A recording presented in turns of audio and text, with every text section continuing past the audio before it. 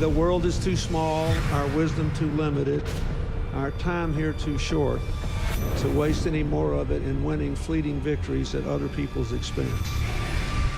The Clinton Global Initiative, which brings philanthropists and CEOs together with nonprofits to make concrete commitments aimed at some of the world's toughest problems. Almost 10 years in, they have leveraged billions of dollars in assistance in more than 180 countries. CGI was designed to tackle big global challenges in bite-sized pieces, with the conviction that regardless of size or scope, our problems will yield to concerted action and innovative partnerships of individuals, NGOs, businesses, and governments. We have to now find a way to triumph together. All the problems that we face, from climate change to financial contagion to nuclear proliferation, are too complex and cross-cutting for any one government, or indeed for governments, to solve alone. Because we believe that ending hunger is not only possible, but it is both a moral and strategic imperative. Hillary Clinton is trying to shift the spotlight to global warming, the presidential contender unveiling her plans to combat climate change. Together with innovative partners from the public and private sectors, we're working to make homes, universities, and cities more energy efficient. We share a common future, and we are here to find common ground. Women must be empowered. It's classic Bill Clinton, by using his birthday to help the causes he champions, from combating climate change to obesity and even HIV/AIDS. Help bring new dignity and respect to women and girls all over the world. And in so doing, bring new strength and stability to families as well. We are trying to do something no one has ever done before. A new report today claims that the Clinton Foundation gives about 10% of its money that it raises to actual charities and the services that they offer. It has been reported you've made $5 million making speeches. The president's made more than $100 million. Well, if you have no reason to remember, but we came out of the White House not only dead broke, but in debt. 6 years ago, Hillary Clinton was about to become Secretary of State. Barack Obama had nominated her. Everyone knew she was going to be confirmed by the Senate, going to be confirmed easily. But there was a thought, there was a question, there was a doubt out there about a potential conflict of interest. The Clinton Foundation dropping its self-imposed ban on collecting funds from foreign governments and entities. And now the Washington Post reports total contributions to that foundation amount to $2 billion. There's a lot of money sloshing around. Everything is blurred, and it's not good. The questions scream out at me. What in the world happened with the foundation and these ulterior motives and this money and the email server? I'm sorry. Those scream out at me. The amount of schmoozing involved and crossing lines and one person putting money in a foundation and then Clinton getting unbelievable amounts for his speeches, contracts going one way or another, it's not good. I look forward to working with all of you, particularly the appropriators. We have a lot of work to do, and it is such important work that lies ahead.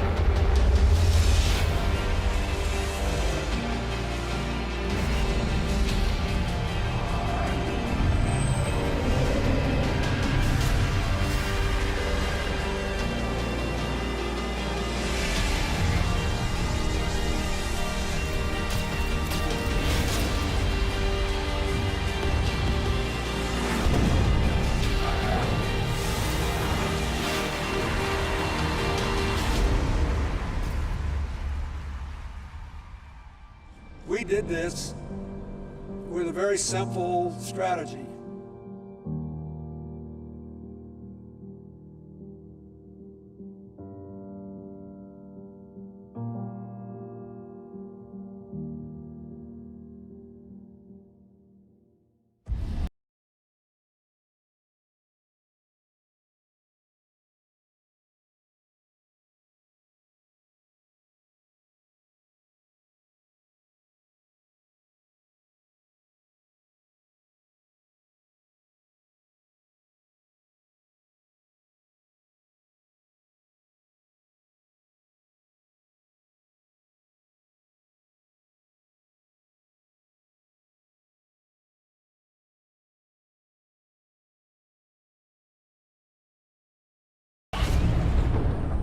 It's really not the fault of the African people. It's largely a result of the kind of system that's been perpetuated there. You have these oligarchs which dominate these countries that oftentimes have natural resources that can be very lucrative. And these oligarchs strike deals with foreign corporations or foreign governments who in effect prop them up and put them in power. And in exchange, these oligarchs give these entities access to rich mineral deposits. And the Clintons, you would expect to be opposed to this sort of thing, and that's at least what their language does. Our countries have deepened our cooperation on many issues, including good governance and transparency, energy, regional security, and advancing peace and development in the Niger Delta. The problem is, their words are different from their actions. Rwanda has clearly taken an impressive trajectory of development, and the people here still think Kagame is the man to take them to another level. President Paul Kagame has walked all around the crowd, thanking the people for electing him unopposed as chairman of the RPF or president of the RPF for another 7-year term. But his critics say that far from entrenching democracy in Rwanda, he's actually eroding it by silencing his opposition.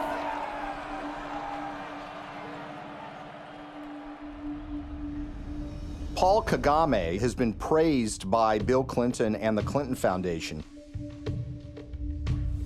But the fact of the matter is Paul Kagame has a terrible human rights record.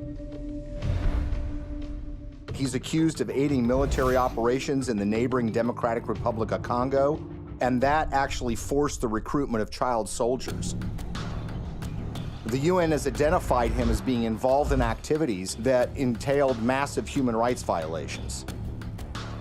The newer opposition parties that have been formed in the last year or two have one by one been silenced or otherwise excluded from the race. And individuals, not only politicians, but even journalists, for example, and other Rwandans who may have views different from those of the government, have found themselves at the receiving end of what has become quite a violent campaign of intimidation. Well, Paul Kagame is a friend of Bill Clinton's. I want to say a special word of appreciation for the leadership of President Kagame. I'm greatly humbled to receive this Clinton Global Citizen Award. He's actually given awards by Bill Clinton for his conduct as the leader of that country, and they regale him as a great military leader. This is the sort of legitimization that we don't want of these kinds of dictators and leaders. That's the kind of legitimization that the Clintons have engaged in.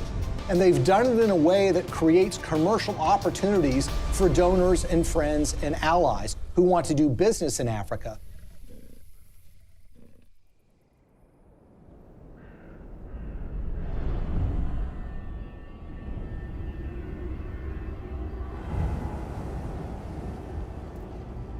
Business in Africa means you're dealing with dictators who are going to give you access to, say, mineral rights or oil drilling rights, but you're going to have to pay them off. The Clintons partner with foreign entities who want access to Africa, and specifically mining companies or energy companies who need to get concessions for access to oil or natural gas or the rights to mine for gold.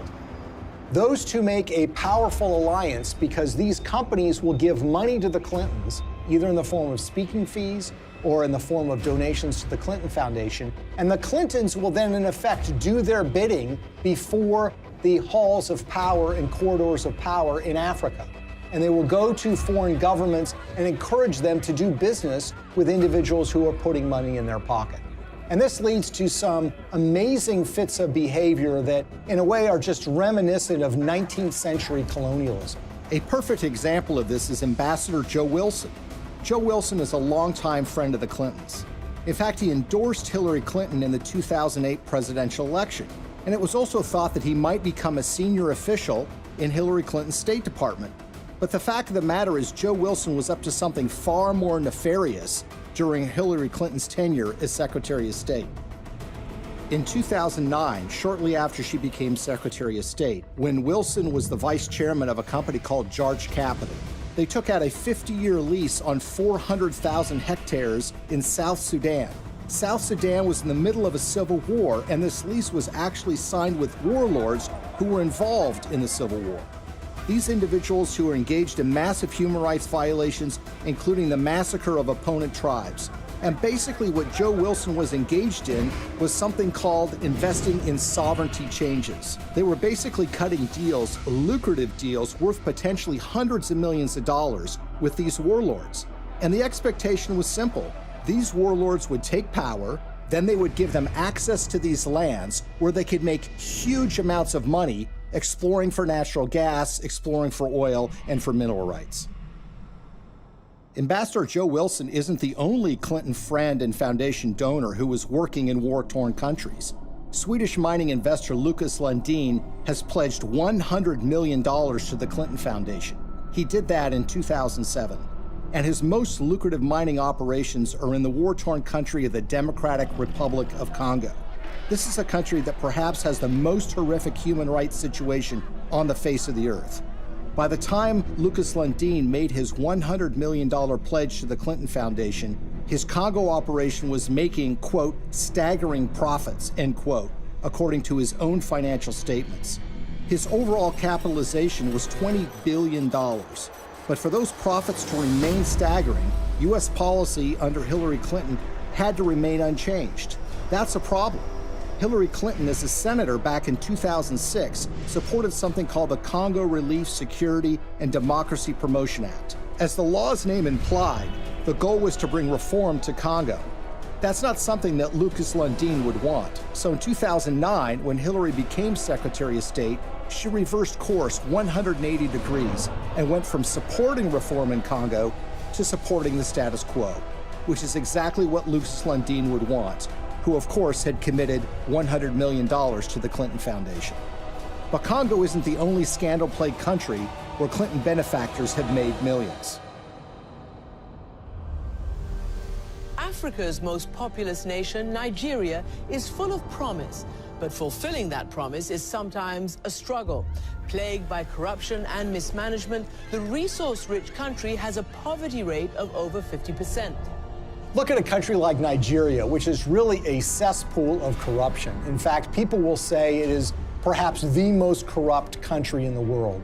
It's rich in natural resources, it produces a lot of oil, but that money never trickles down to the people. It goes to the oligarchs who run the country, who oftentimes take that money and put it in Swiss bank accounts in a way that, of course, the people of Nigeria can never benefit from. And you see, there's a federal law in the United States which says if foreign governments that receive U.S. assistance aren't transparent in how they spend that money, that they will not be able to get U.S. foreign assistance anymore. It's about transparency. But there's a way around that law. You can get a waiver from that law. How? By getting the U.S. Secretary of State to grant you a waiver. We intend to remain very supportive on your reform efforts. Thank you for mentioning the work we did together on the elections. We're also very supportive of the anti-corruption reform efforts, more transparency, and the work that you and your team is also championing, because we really believe that the future for Nigeria is limitless. So in the case of Nigeria, they receive hundreds of millions of dollars in U.S. foreign assistance. They've not made progress in being more transparent. And of course, they've gotten exemptions from Hillary Clinton while she was Secretary of State. What's so curious about this is what was happening commercially to the Clintons while this was going on. Bill Clinton, for the first time ever, gets paid highly lucrative speeches in Nigeria, which had never happened before. In fact, he gets paid to do 2 speeches for $700,000 apiece by a businessman in Nigeria who just happens to be close with the president of that country. Keep in mind, by the way, that his normal speaking fee is less than $200,000 a speech. So this was an enormous payday for Bill Clinton. Okay, now we'll begin the panel.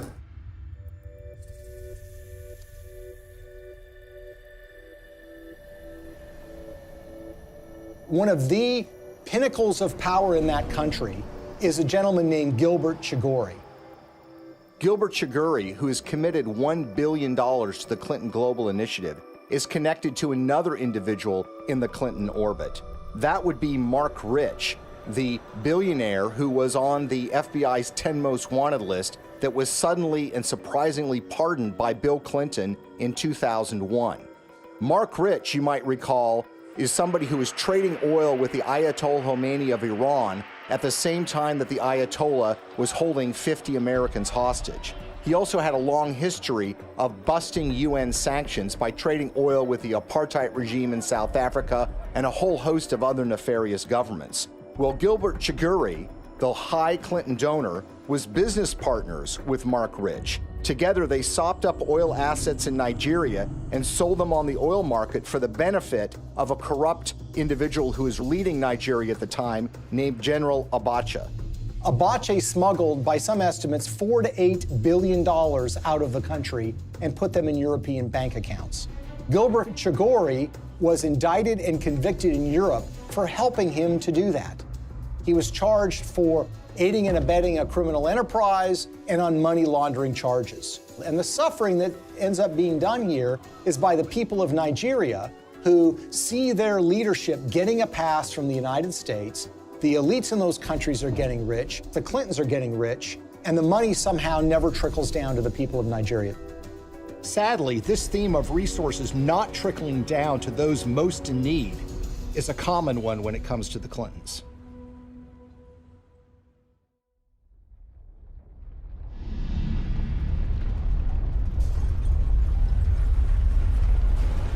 As we told you at the start of tonight's program, a major magnitude earthquake has hit the island of Haiti in the Caribbean. The quake measured around 7 points on the Richter scale, and its epicenter fell just 10 miles from the capital, Port-au-Prince. Haiti's ambassador to the U.S. has described the event as a catastrophe of major proportions. So far, we have no information regarding the casualties. The war is coming to an end! It was a big earthquake. It lasted like 15 seconds, I think. Probably the most devastating humanitarian crisis that Hillary Clinton faced during her tenure at the State Department was the tragic earthquake in Haiti. It happened in January of 2010, and literally in a matter of seconds, 250,000 people were estimated to have died, and a large portion of the Haitian infrastructure and economy was just decimated. It was a crisis on a massive scale. The United States is offering our full assistance to Haiti and to others in the region.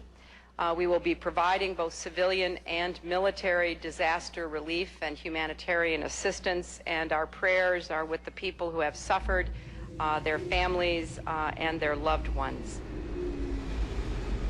In the days and weeks that followed the earthquake in January of 2010, Hillary Clinton made visits to Haiti.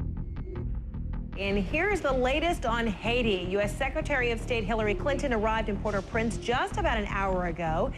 She is the highest-ranking U.S. official in Haiti right now since Tuesday's earthquake. She's meeting with Haitian leaders and international officials to discuss the rescue and relief efforts.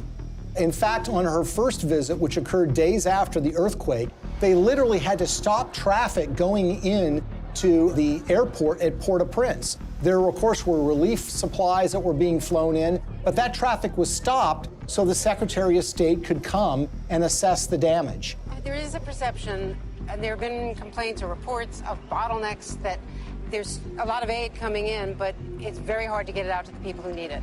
That's just not true. The aid is coming in, we're getting it out, there's just not enough of it yet. She flew in with her political aides on a large federal airplane. She landed at the airport. She made a large press conference, made statements about her commitment to rebuilding this country, and then she was soon whisked away, headed back to Washington, D.C. Theirs is a city in ruins, a country which can do little but wait for help to arrive.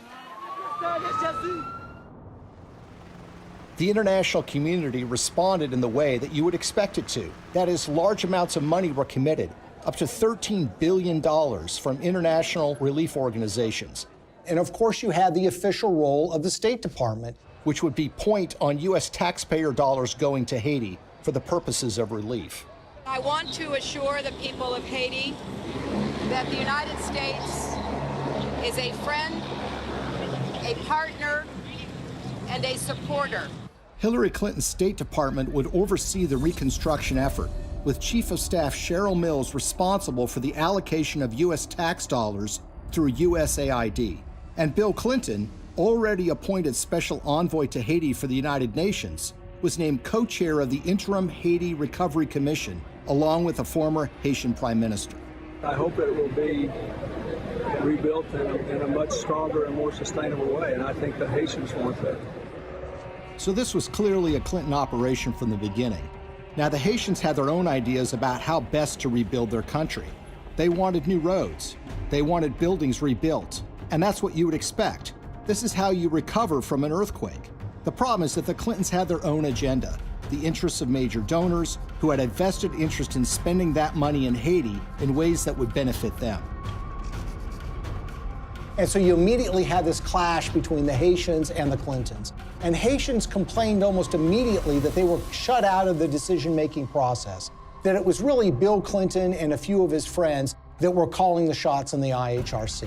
And they made some monumentally bad decisions that not only didn't benefit the Haitian people, but ended up putting money in the pockets of major Clinton donors who had economic stakes in Haiti. We have been united behind a single goal: making investments in this country's people and your infrastructure. So it's a classic example of what some people call disaster capitalism. Disaster capitalism in that a natural disaster creates opportunities for rebuilding to take place, but also for self-enrichment to take place. And if you look at the Clintons and the promises that were made and the results that actually followed, it is a tragic story of crony capitalism gone awry.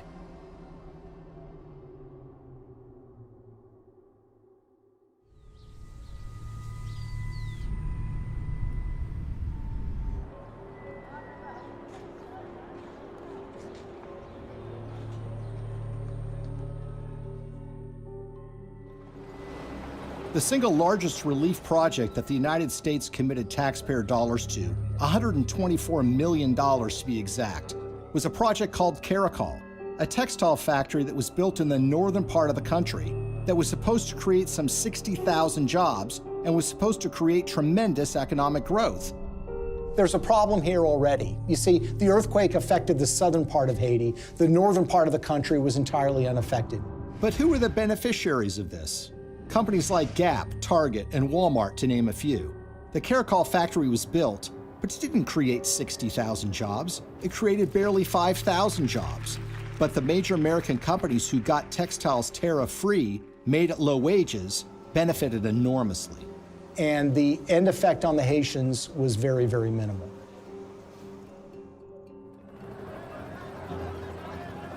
If you look at some of the infrastructure projects that were undertaken, the Clintons had very grand plans to build large tracts of homes, and there were contractors that were selected for those projects. Sometimes the contractors had experience, sometimes they did not. There's one company in Florida that spent $1 million getting equipment into Haiti. They had experience in disaster relief, but according to the owners of that company, they only made a small donation to the Clinton Foundation. And guess what? They didn't get any relief contracts. On the other hand, the contractors who did win the awards were given the opportunity to build homes, and in some instances were supposed to build tens of thousands of homes for Haitians. They ended up building a fraction of that. For instance, the New Settlements program was supposed to build 15,000 homes for $53 million. Instead, it built 2,600 homes, less than a quarter of the original estimate, for $90 million, or $47 million over budget. And they got away with it. So you had contracts going to these relief organizations that were also involved with the Clinton Global Initiative. And you had this one organization, Dahlberg, that was supposed to do an assessment for relocating people that suffered from the earthquake. They determined that people should be moved to a site that happened to be on a cliff that was highly unstable. USAID's Inspector General reviewed Dahlberg's recommendations and found them basically unusable. One member of the USAID shelter team was quoted by Rolling Stone magazine as saying that the recommendations were so bad, it looked like the team never even got out of their SUVs. Another person said that only one of the people that was sent to Haiti by Dahlberg actually spoke French. Telecom mogul Dennis O'Brien is one of the world's richest people, and he's finding opportunities in the poorest country in the Western Hemisphere. The Irish billionaire is the largest private investor in Haiti through his company Digicel, and he's now leading the Clinton Global Initiative efforts down in Haiti. Probably no one came out better in the Haitian reconstruction effort than an Irish billionaire named Dennis O'Brien. He was a Clinton Foundation donor, giving them between $5 and $10 million. He helped arrange speeches for Bill Clinton, too. The interest of the Obama administration, particularly former Secretary of State Hillary Clinton, all the different things that have happened to help Haiti get up off the floor have been led by the U.S. And he was the owner of something called Digicel, which is a cell phone company at the time of the earthquake. As part of that relief effort, the State Department run by Hillary Clinton wanted to fund a mobile money transfer service that would allow Haitian citizens to transfer and receive money on their phones. Well, Digicel applied to be the recipient of that grant money. 4 weeks after their application, Digicel actually sponsored a speech for Bill Clinton in Jamaica, and they paid him $225,000. And as it turns out, within 4 months of that speech, Digicel would receive the first installment of that grant money. The earthquake actually has been great for Digicel and Dennis O'Brien. More than 4 years since a magnitude 7.0 earthquake devastated Haiti, and outrage there is growing over the largely failed reconstruction effort, despite the hundreds of millions of dollars in aid that has been collected and spent by the IHRC, the Interim Haiti Recovery Commission. So whether you're talking about housing or cell phones, you see that the people that are closest to the Clintons have made out very well from the Haitian earthquake. The rest of the country, the ordinary people of Haiti, not so much. Haitian activists staged a protest outside Hillary Clinton's Manhattan office. The demonstrators claim billions of dollars were stolen through the Haiti Reconstruction Commission headed by Bill Clinton. They also say Haiti was used as a cover for foreign governments to funnel kickbacks of possibly hundreds of millions of dollars through the Clinton Foundation. They say it was done in exchange for favors that Hillary was doing for them as Secretary of State. The tragedy is we had an opportunity to rebuild in a way that would give the people of that country hope. Sadly, that opportunity was squandered, and what took place, rather than rebuilding Haiti, was the self-enrichment by friends of the Clintons. For all of Bill Clinton's talk about building Haiti back better, the fact remains that the most visible evidence of Clinton's role in the recovery isn't the improvement of daily life for everyday Haitians, but the construction of new luxury hotels just miles from the folks who have been living in tarps USAID handed out immediately after the earthquake. We are telling the world of the crimes that Bill and Hillary Clinton are responsible for in Haiti. But while the world eventually lost interest in Haiti's recovery, the influence and connections afforded to donors from the Clinton Foundation appear to have been lessons learned by others. So how much do connections to the Clintons matter when you're talking about Haiti? Consider the case of gold mining. The government of Haiti had not granted a gold mining concession in 50 years. They decided to do so during the reconstruction of their country, which was being overseen by Bill and Hillary Clinton. What company did they select to get this gold mining permit? A company called VCS Mining. VCS Mining had very little experience in gold mining, but what did they have? They had connections.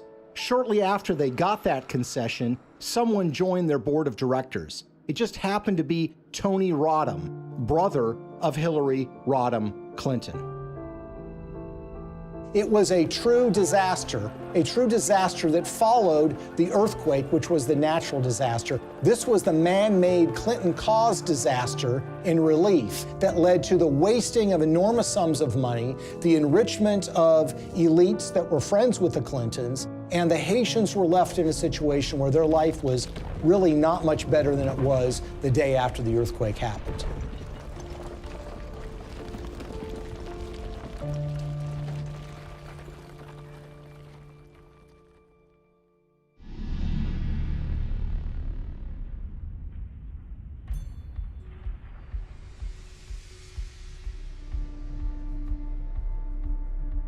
An ambitious pipeline is firing off a war of opinions. Environmental activists marched in Washington today to protest plans for the Keystone XL oil pipeline. A $7 billion project to transport 800,000 barrels of tar sands oil a day from Canada down to the Gulf Coast. In Washington, a showdown on the Senate floor today over the Keystone XL pipeline. The vote to approve the controversial project has big political implications. The pipeline would create 20,000 jobs, but opponents say the environmental risk is too great. One of the touchstones of the climate change debate has been the Keystone XL pipeline. It's designed to carry oil from Canada through the United States to refineries in Louisiana and in Texas.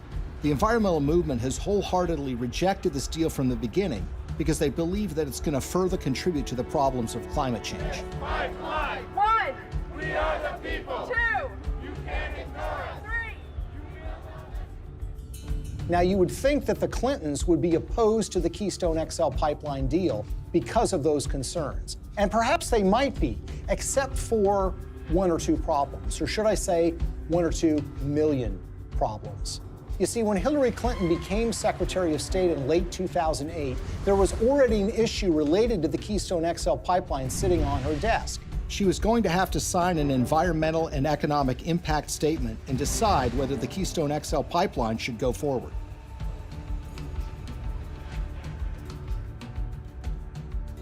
At that precise time, Bill Clinton gets a lucrative offer of nearly $2 million to give 10 speeches in Canada for the first time ever from a company called TD Bank Investment Group. He gave the last speech in May of 2011. 3 months later, Hillary's State Department releases an environmental impact statement that was seen as largely supportive of the Keystone XL pipeline in a way that was massively controversial. Hillary Clinton, in effect, was betraying the environmental movement by greenlighting this deal, when she had in her hands the power to kill this deal in its crib. It was shocking. Organizations like Greenpeace and Friends of the Earth were stunned. They wanted investigations, but everybody was mystified. Nobody could understand why Hillary Clinton would sign off on this deal, particularly when she had been in favor of dealing with climate change, and her boss, Barack Obama, by all indications, seemed to be opposed to this deal as well. It's also a time for a new approach to climate change. We know we've got to deal with global warming. We're seeing the effects of it. We need to invest in clean energy technology today so that we can create new high-paying jobs to protect our environment, to grow our economy, and to finally break our addiction to foreign oil.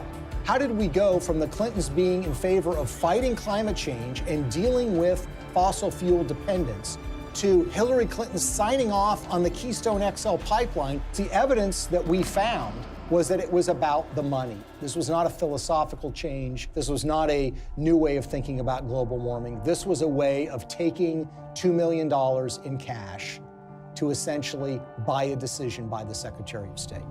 Why is the TD Bank Investment Group so interesting? Because they just happen to be one of the largest shareholders in the Keystone XL pipeline itself.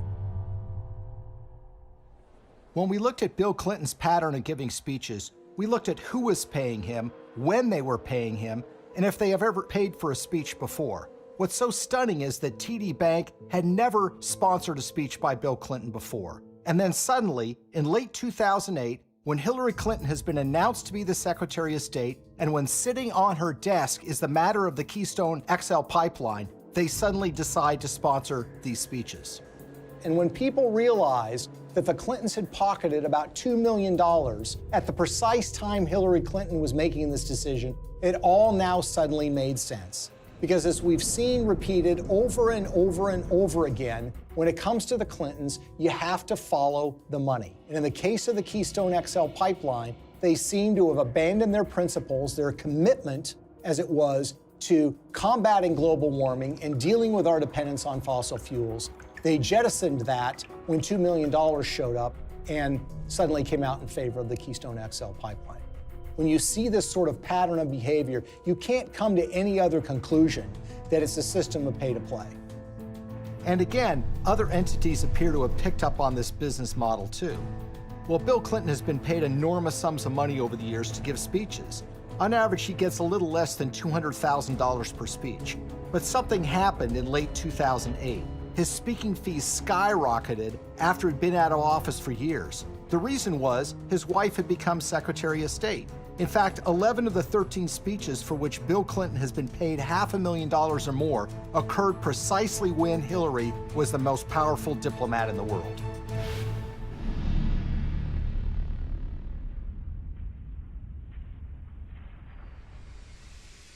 You will never contribute to an organization that will give you a higher probability of having your good intentions turn into real positive changes in other people's lives. That will give you a better chance than what you've done here tonight. His single biggest speech payday came from the Swedish telecom company Ericsson, and it's a very, very unusual and troubling story. Now, Ericsson is a Swedish telecom company that in 2009 and 2010 was in trouble with Hillary Clinton's State Department because Ericsson was selling a lot of telecom equipment to Iran, to Belarus, and to other oppressive governments, about which the State Department was concerned. Ericsson risked being put on a list by the federal government in the United States for trading with an enemy state. There was actually an effort being put forward in Washington to broaden Iranian sanctions to include the very technologies that Ericsson was selling to the Iranian government. So it's against this background that Ericsson decided now might be a good time to hire Bill Clinton to give a speech. They had never paid for a speech by him before, and they decided to go in big, $750,000 for a single speech. 7 days after he gave that speech, Hillary's State Department came out with a statement which said, "We are not going to broaden sanctions on Iran to include technologies like telecom. We're going to rely and expect companies like Ericsson to police themselves." It was a massive win for Ericsson. Ericsson was able to avoid having to deal with a regulatory battle in Washington, giving up contracts that were highly lucrative in these countries, and being put on a list that would create an enormous diplomatic problem for them, all because essentially they paid Bill Clinton to give a speech for $750,000. Will you continue to give speeches? Oh, yeah. I got to pay our bills.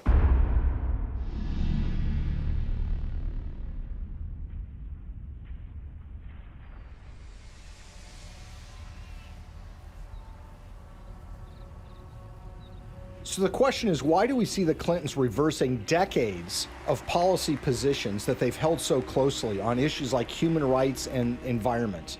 And a big clue comes from the folks that are giving the Clinton Foundation literally tens of millions of dollars. And one, if not the biggest donor to the foundation, is a Canadian named Frank Giustra. Giustra is in the mining business, hardly something you'd call environmentally friendly. And he has interests all over the world. And he used his relationship with the Clintons to benefit those interests, regardless of the environmental concerns. A great example of this is what happened in Colombia. What's so interesting about the relationship that the Clintons have with Frank Giustra is they tend to show up in these foreign countries together at the same time. Frank Giustra's made billions of dollars over the years in the so-called penny stock market in Canada, which is highly open to manipulation. He's been very successful in this area. Now, the Vancouver Stock Exchange is not like the New York Stock Exchange in the United States. This is a stock market or an exchange that is dominated by penny stocks, made up of a lot of natural resources stocks. It's sort of the wild, wild west of investing.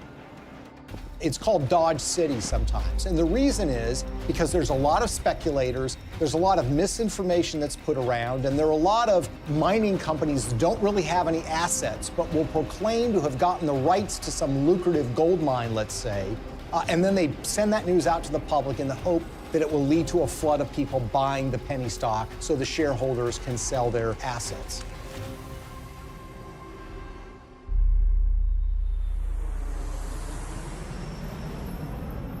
So in June of 2010, Bill Clinton and Frank Giustra fly to Bogota, Colombia. And who arrives there at roughly the same time? Secretary of State Hillary Clinton. The big thing from the news conference was where Bill and Hillary were dining the other night in Bogota. I had a chance to talk to about her dinner experience in the Zona Rosa, and here's what she had to say. Dinner was good? It was excellent in every way. So it was like eating in the States, but eating in Bogota. Well, it was a real treat to be in Bogota and to be with people who love this city so much, including my husband. Now, in her memoirs, Hillary Clinton says that this is just a happy coincidence. But when you see what follows, you realize that this is no coincidence. The following morning, Bill Clinton has a breakfast meeting with the outgoing president of Colombia, President Uribe. Then, like a tag team, Secretary of State Hillary Clinton has a noon lunch meeting with him, and she grants him several favors, including technical agreements that the Colombian government wants. In the days that follow, something dramatic happens. Frank Giustra has 3 companies that get major concessions from the Colombian government: Pacific Rubiales, Petroamerica, and Prima Colombia Properties. One of those, Prima Colombia Properties, gets a concession to cut timber in a rainforest in Colombia along the Pacific coast. And that timber is not intended to export to the United States, but is intended for export to China. There's an outrage and upset environmentalists who realize what's going on, and eventually that permit is yanked by a future president of Colombia, but not before Frank Giustra's company is able to profit from cutting down these rainforests, which again is a behavior that runs so contrary to what the Clintons profess to be in favor of. We all know that in order to build low-carbon economies of the future, we need sustainable forests. I also know the future of our planet depends on healthy, standing forests. They have talked about the problems of deforestation. They've talked about the problems of the need for successful growing forests to mitigate carbon dioxide in the air. And yet, when this commercial opportunity was presented to a major donor of theirs, they seemed to be very much supportive of that and, in fact, helped to get him those concessions. He deserves the credit for this. This was his idea, not mine, and he raised the money. And it's an astonishing achievement. My job is to make sure that it's not in vain, that he gets the return on his investment and his compassion and his commitment. The Clintons appear to have changed their stance on issues even more significant than the environment, in ways that benefit those who have put money in their pockets.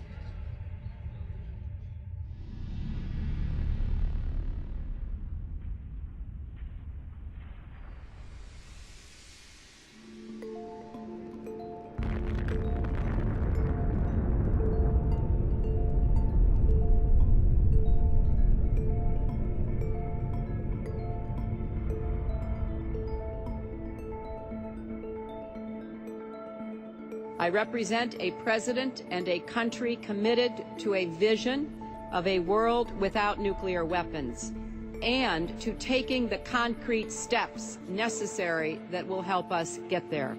The Indian nuclear deal, I think, is so troubling because this is a core national security issue. One of the signature achievements in foreign policy for Bill Clinton was pushing the Test Ban Treaty and the Non-Proliferation Treaty. Today in New York, the United Nations General Assembly voted overwhelmingly to adopt the Comprehensive Nuclear Test Ban Treaty and open it for signature later this month. The NPT has been sort of the holy grail when it comes to nuclear disarmament, something that the Clintons have been supportive of, not just for years, but for decades. That was all thrown asunder in 1998 when the Indian government tested nuclear weapons underground. India's action threatens the stability of Asia and challenges the firm international consensus to stop all nuclear testing. These were tests that truly shocked the world. Even the CIA was not aware that these tests were about to take place. Clinton's reaction was volcanic.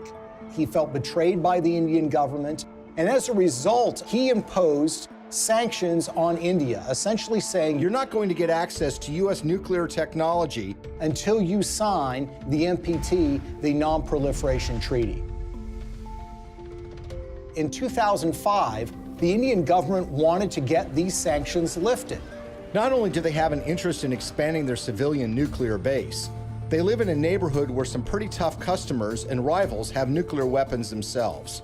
First of all, you've got Pakistan, which is right next door, which is widely believed to have nuclear weapons. And then you have China, a longtime rival of India, which has a nuclear arsenal.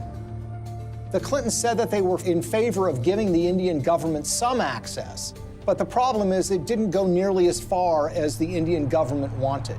So in 2005, they started making donations to the Clinton Foundation. This morning, yet another shady donation to the Clinton Foundation has surfaced, this time tied to a donor from India, apparently a friend of Bill Clinton. We're talking about tens of millions of dollars from Indian interests flowing into the Clinton Foundation. And we're talking about at least hundreds of thousands, if not millions of dollars in speeches that Bill Clinton was paid by interested parties in the Indian nuclear deal. Amar Singh, according to Clinton disclosures, has given between $1 and $5 million to the Clinton Foundation in the push to get them to support Indian access to nuclear technology. He's a member of parliament who has gotten in fistfights on the floor of the parliament, who's been charged with bribing members of parliament to get certain pieces of legislation passed. You see, the problem is when you ask Amar Singh, he says it wasn't my money. I don't have that kind of money. I couldn't have given him that amount of money. And in fact, when you look at Indian public records, you see that Amar Singh doesn't have a net worth anything close to being able to give that amount of money. So where did the money come from?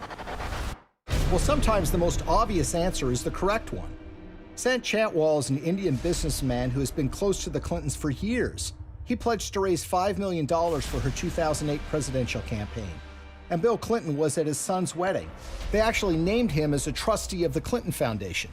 When Hillary Clinton was first running for the Senate in 2000, Sant Chantwal was in trouble with a federal agency called the Federal Deposit Insurance Corporation. He basically owed them millions of dollars from unpaid loans. Well, in 2000, Chantwal throws a fundraiser for Hillary Clinton, and he brings in $500,000. A few months later, with Bill Clinton still president of the United States, Sant Chantwal's case with the FDIC was abruptly settled for a mere $125,000. So basically, the federal government got pennies on the dollar. He would actually go on to plead guilty for funneling $180,000 in illegal campaign contributions to Hillary Clinton, among others. And no one seems to have made the connection. Well, maybe one reason no one made the connection is because the Clinton Foundation mysteriously erased any mention of Sant Chantwal from the website once he had admitted to his illegal activity. So here we are years later, and we've got this donation in a guy's name who swears he didn't actually make the donation. And you've got this longtime Clinton benefactor who actually gets the highest civilian award in India because of his role in changing Hillary Clinton's mind on this nuke deal. Sant Chantwal says he's worked with everybody and even laid the foundation of the Indo-US nuclear deal. So the Indian government says that they've given you this award for your role in pushing the Indo-US nuclear deal forward. How exactly would you describe the role you played in this? Well, I can tell you Indian nuclear power deal. If you look at it, I'm the first one. I laid the foundation.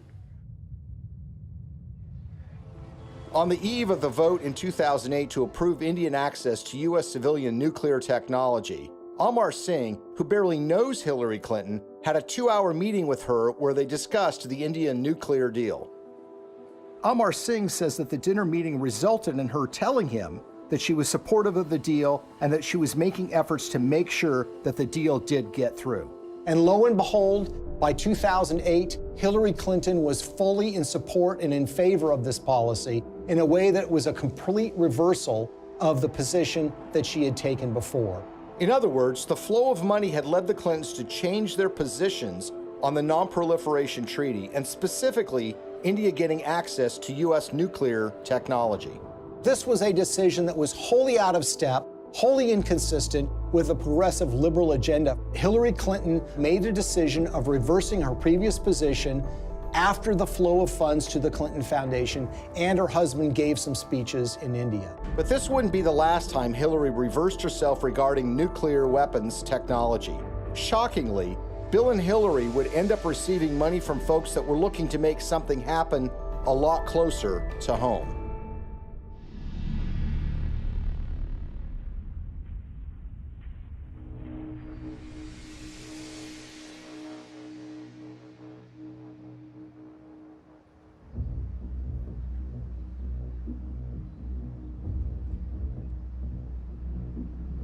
I think the Russian uranium story is perhaps the most shocking and most blatant example of how the Clintons operate.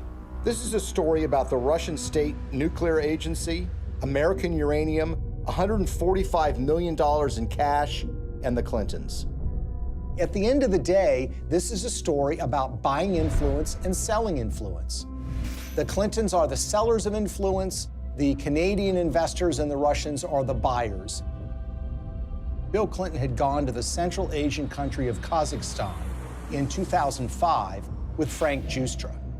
Kazakhstan is a country that's been run since the collapse of the Soviet Union by a dictator named Nazarbayev, who shuts down political opposition and tortures political opponents.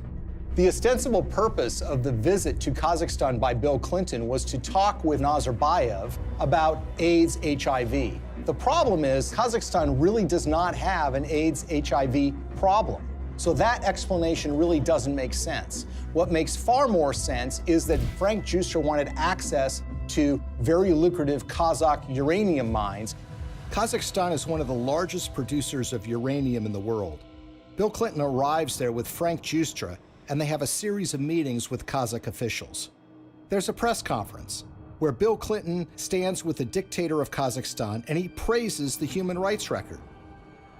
He praises that elections are being held in the country, and he even says that Kazakhstan should head up something called the OSCE, which is the Organization for Security and Cooperation in Europe. Think about that for a second. Bill Clinton is saying that a known human rights violator who's been condemned by human rights organizations around the world should head up a human rights organization. They go from a press conference to a dinner where Frank Giustra, Nazarbayev, the dictator of Kazakhstan, and Bill Clinton meet and talk. Well, 2 days after that meeting, Frank Giustra finally gets his uranium concessions. Worth hundreds of millions of dollars. A couple of weeks after that, Bill Clinton gets his $30 million from Frank Giustra, the first payment in what will become more than $100 million in pledges and commitments and donations made by Frank Giustra. So it's really, in a way, a simple story in that they all are walking away from the table with something that they want. Nazarbayev is getting the legitimacy of an ex-president, saying what a nice and kind leader he is. Frank Giustra gets his uranium concession, and Bill Clinton and his foundation get cold, hard cash. Now let's move to chapter 2 of this story, which is even more sinister. You see, the international uranium market is very competitive. The Kremlin sees dominance and control of the uranium market as a source of national power. Frank Giustra takes that uranium concession he got in Kazakhstan and puts it into a company in a so-called reverse merger, which was one way for a private company to go public to form something called Uranium One. It's a company traded on the stock market in Canada, and they start acquiring uranium concessions in places like Wyoming, Texas, New Mexico, and Utah. And by 2009, they have what is expected to be 50% of future uranium production in the United States. This gets the interest of Vladimir Putin and the Russian government. And in fact, there are State Department cables that were leaked through WikiLeaks, which show that Hillary was aware of the fact that the Russians took great care to try to dominate the international uranium market. Well, the Russians want to buy this asset, and they offer a 40% overprice on the share of the stock. And for this transaction to go through, it has to be approved by the U.S. federal government. Why? Because uranium is regarded as a critical industry in the United States. After all, this is used for our civilian nuclear reactors and goes into nuclear weapons. So it goes before the federal government, where it needs to be signed off by a series of federal agencies, including the Secretary of State, Hillary Clinton. As Hillary Clinton is contemplating this, shareholders in Uranium One, including Frank Giustra, have sent more than $145 million to the Clinton Foundation. The chairman of that company at the precise time is a guy named Ian Telfer, who is also making donations to the Clinton Foundation, as is Frank Holmes, who is another major Uranium One shareholder. And Hillary Clinton, who has a record of opposing precisely these kinds of deals, comes out and says, you know what, I think this is a good deal. Let's let Vladimir Putin take control of what is now 20% of U.S. uranium production. Bill Clinton and Hillary Clinton are the only figures in American politics who are willing to do this deal and who could actually pull it off. because they had a reputation that runs so contrary to what they're doing. I mean, this is what the Clinton Foundation does, right? This is what they talk about politically, their support for human rights, their concerns about proliferation, their concerns about issues related to Russian aggression. There's no doubt that when Putin came back in and said he was going to be president, that did change the relationship. We have to stand up to his bullying. And what's so interesting when you consider this uranium deal are the actions of a small Canadian investment firm called Salida Capital. Salida Capital, in 2010, as this deal was going down, committed to give millions of dollars to the Clinton Foundation, and they also sponsored a speech by Bill Clinton in Canada. Salida Capital is also the name of a wholly owned subsidiary of Rosatom. Who is Rosatom? Well, this is the government agency in Russia that controls their nuclear arsenal, that built nuclear reactors in Iran, and engages in nuclear technology exchanges with rogue countries like North Korea. What this means, in essence, is that the Russian government, specifically Rosatom, was funneling money through a subsidiary directly to the Clinton Foundation. But the payday didn't end there. 4 months before Hillary Clinton's State Department would sign off on the Russian purchase of uranium-1, Bill Clinton got paid $500,000 to give a single speech in Moscow. He was being paid by a firm called Renaissance Capital, which has a long history of association with Russian intelligence services. What makes this speech stand out is not only the timing of when he's being paid, but the amount that he's being paid. You see, the last time Bill Clinton gave a speech in Russia was 5 years earlier. At that time, he was paid about 1/3 of what he was being paid this time. Why is Russian control of 20% of U.S. uranium so troubling? If you're in an era where nuclear weapons are a reality, where nuclear energy is an important component of energy production in the United States, and increasingly around the world, control of uranium is absolutely crucial. And unlike oil or natural gas can be found in so many places around the world, there are precious few places where you can find significant and large amounts of uranium that you can produce on a commercial scale. What we've essentially done is handed this precious resource to Vladimir Putin and the Russian government. They're not only engaged in aggression in places like Ukraine, but they've been very aggressive in fighting American interests around the globe. Russia's not an ally. Russia's not a friend. Vladimir Putin's Russia is a rival of the United States, and yet we've given them control over this precious resource. Uranium, the key mineral in nuclear generation, is a domestic resource. This is what's going to power America. I think a lot of people in Middle America would be surprised to know that the Russian government is doing business in places like Colorado or Wyoming or Utah. These are small mining towns. These are operations that have existed for a while, that have been under the control of American companies or for a while Canadian companies. But it's now Russian companies that control this, and those companies are controlled by the Russian government. Having read through the archives of the KGB, the files that they have been released, I can tell you that they look at the United States as weak and ineffectual. This is a thuggish government that is engaged in massive human rights violations. There are opponents of this regime that have been killed or have disappeared. There's been persecution of human rights organizations. There's been persecution of homosexuals. And it's shocking and stunning to me that there has not been more attention focused to this fact, that we have given this critical resource to somebody who is engaged in so much nefarious behavior. Greetings from Washington. I want to thank all of you for your work to root out corruption that weakens economic development, feeds black markets and organized crime, and undermines the promise of democracy. As we work together to eradicate corruption in our own countries, we should also maintain the highest standards of transparency and accountability in our development efforts around the world.